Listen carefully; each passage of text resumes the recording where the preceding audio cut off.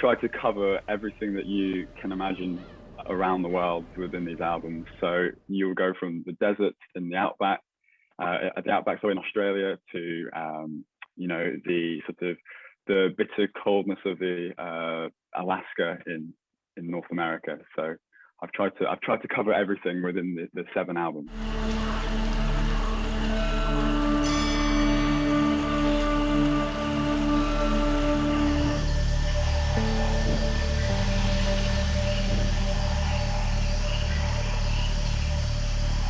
For me, it's trying to capture the most pure recordings so that I can have them and listen to them for almost like a musical sort of diary for myself, but also to try and give people also these sounds that maybe they won't be able to hear if they can't travel to those places, or so forth.